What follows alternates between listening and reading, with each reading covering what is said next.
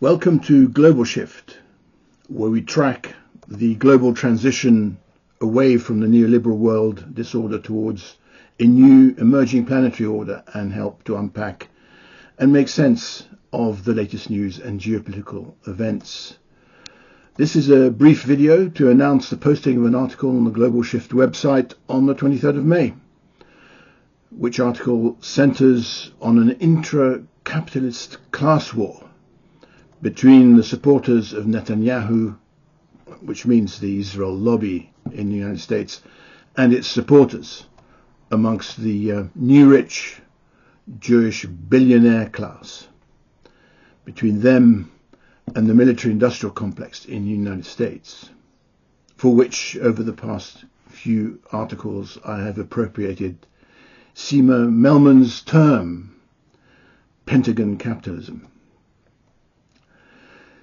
The Pentagon capitalists seem to be pursuing a frenetic damage limitation process in the wake of the military catastrophe suffered by the extremist Netanyahu government in Israel and its subsequent genocidal campaign in Gaza. Chuck Schumer's attack on Netanyahu, Chuck Schumer being the Senate Majority Leader in the United States and the leading elected Jewish politician.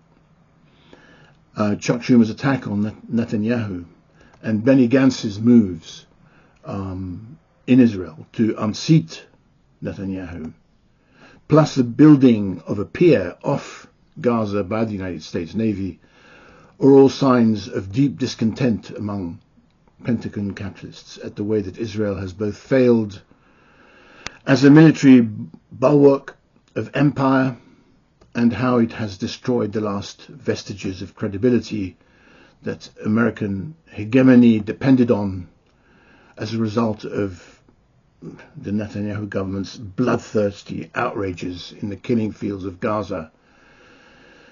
Outrages that continue to this day in defiance of several international Court of Justice rulings that have been issued.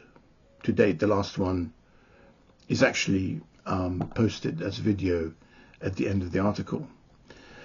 The article probes the rise of Israel as a mafia state that endeared itself to Pentagon capitalists by doing much of the CIA's dirty work across the developing world and by winning what appeared to be a miraculous war in 1967.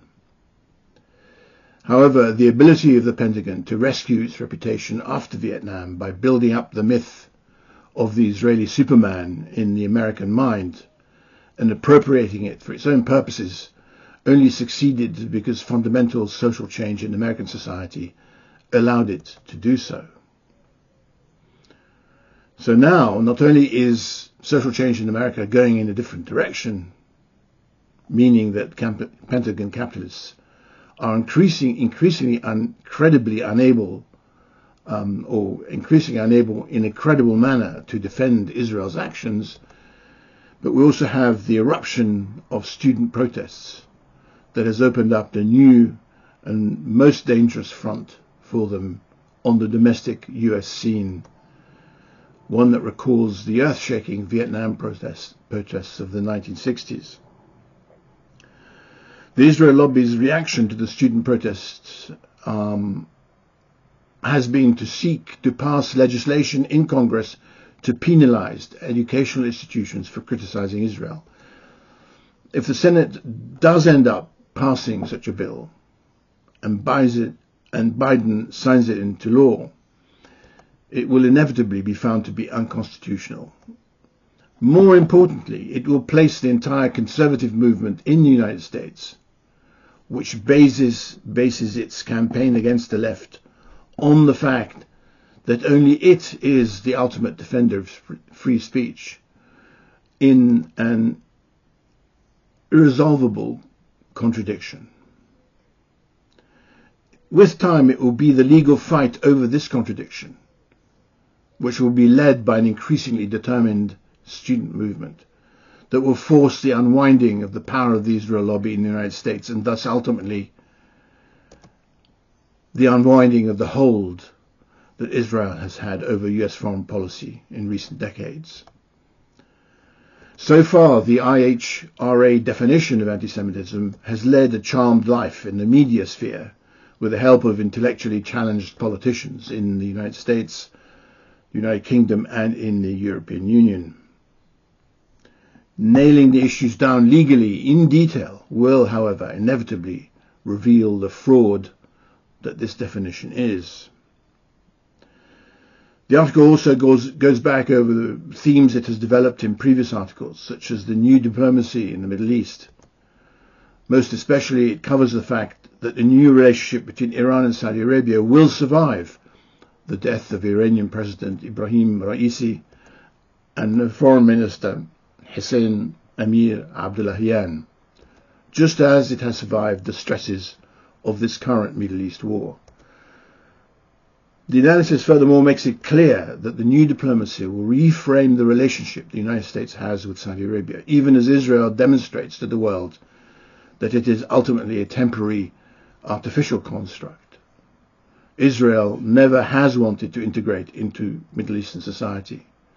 Ben-Gurion's project was antagonistic from the start, and it is now unraveling.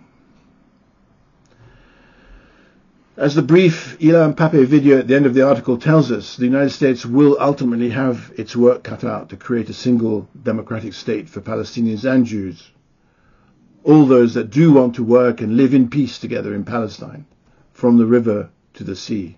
And in the process, it looks very much like the United States will also have to rebuild itself in its post-hegemonic phase. All this won't happen in the blink of an eye. But it will become all too clear to the zealots of empire that they are hiding to nothing when they realize the massive extent to which the Asian economy, including Russia and the Central Asian republics, will have grown within the framework of the facilities offered by China's Belt and Road Initiative. Facilities which they make it their professional duty, it appears, to decry. Please send any comments and questions on the issues contained in any article on this website to info@globalshift.com. We'd love to hear from you and discuss these issues. Thank you for listening.